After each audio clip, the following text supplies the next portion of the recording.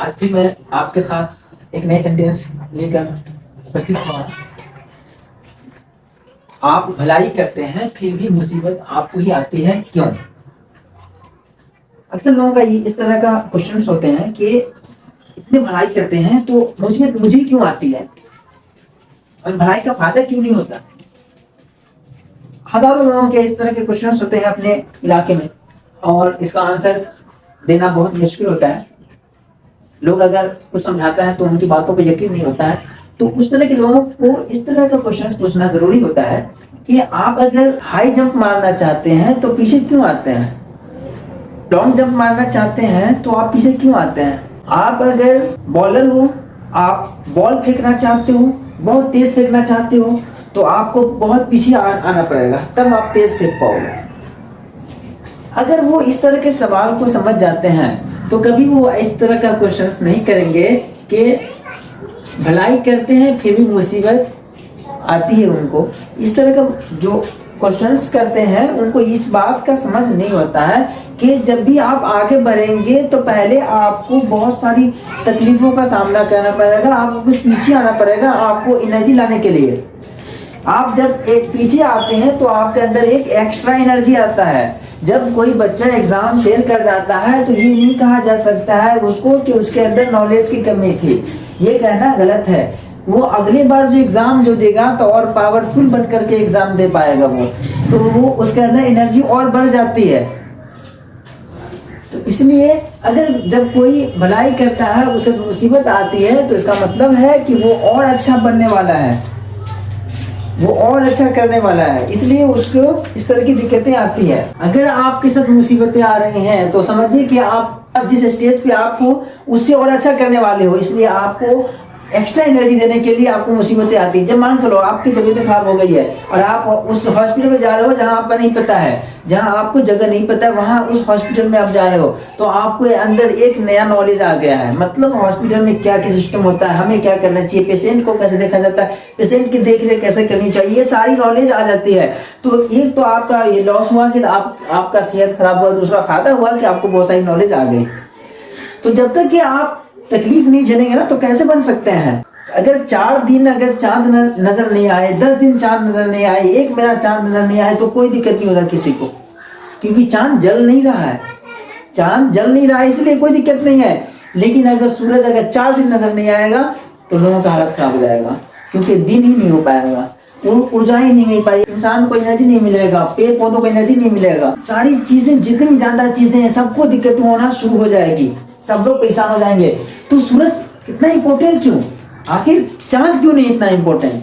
क्योंकि सूरज जल रहा है, सूरज तप रहा है, इसलिए उनकी वैल्यू बढ़ गई, उनकी इज्जत बढ़ गई, लोगों के लिए वो एक जरूरत बन गए। लेकिन चांद जल नहीं रहा है, इससे आपको समझना चाहिए कि जब इंसान जलता है तो वो और अच्छा बनता है। इससे पहले वाले वीडियो में आपको हम बताए थे कि लोहा को गर्म करने के बाद उसे पीटा जाता है तब वो बेहतरीन सामान बन पाता है। अगर ना गर्म किया जाए और ना पीटा जाए तो वह बेहतरीन सामान नहीं बन सकता है। जब सामान बन जाता है उस लोहे की कीमत और जो पहले लोहा था उसमें बहुत जमीन और आसमान का फर्क हो जाता है। वैसा ही है कि आप अगर जल रहे हो तो आप आगे बढ़ रहे हो, इसलिए जलना सीखो, खुद ब खुद बनना शुरू हो जाएगा। तो आपको अगर भलाई करते हैं तो ये सोच के भलाई ना करो कि आपको इसका फायदा मिलने वाला है। अगर आप भलाई कर रहे हो तो आप भलाई करते रहो, ये मुसीबत आपको मुसीबत नहीं है, ये आपकी जिसको आप मुसीबत समझ रहे हैं ये आगे बढ़ने का आपको रास्ता दिखा रहा है, आपको कि आप आगे कैसे बढ़ रहे हैं, आपको कैसे आपको लोगों के सामने चमकना है। सूरज जल रहा है तभी लोग उसको जान रहे हैं, वरना नहीं जानते। सूरज नहीं जलता तो लोग नहीं जानते।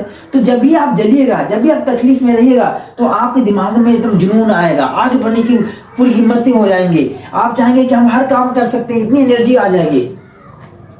जैसे आप एक नॉर्मल आदमी हो, आप ऐसे नॉर्मली रह रहे हो, आपको कोई आके मार देगा एक थप्पड़ खींच करके तो आपका मन कैसा कहता है, गुस्से में हो जाएगा, आप मन करेगा कि 2 थप्पड़ दी खींच करके।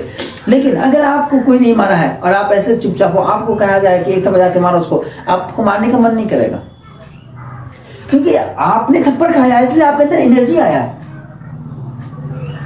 तो समझ में आया कि जब लोग चोट खाता है तभी वो और अच्छा करने की हिम्मत ला पाता है। इसलिए जितनी भी आपके लाइफ में कोई भी दिक्कतें आती हैं, उसे जो है आप अपना रास्ता समझ करके आगे बढ़ते रहिए।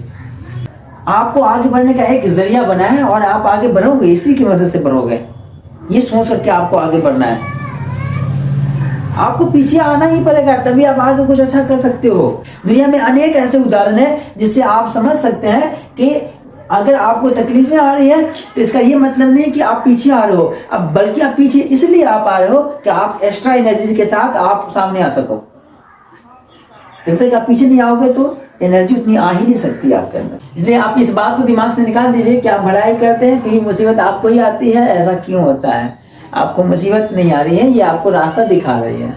आज के इतना ही, और आप इस बात को अच्छे से समझें ताकि आपकी लाइफ में दिक्कत ना हो और आप घबराए नहीं, और आपको कोई भी दिक्कत हो तो आप उसे लड़ने की ताकत रख सकें और उसके बाद आप आगे का सही रास्ता ढूंढ सके।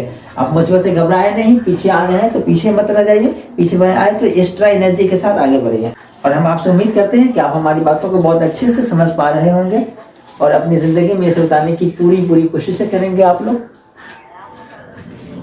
फिर मिलेंगे हम आपके साथ अगली वीडियो में अगले सेंटेंस को लेकर के, जिसमें हम फिर आपको जिंदगी से जुड़ी हुई नई बातें लेकर के आएंगे ताकि आप अपनी जिंदगी जी सके अच्छे से।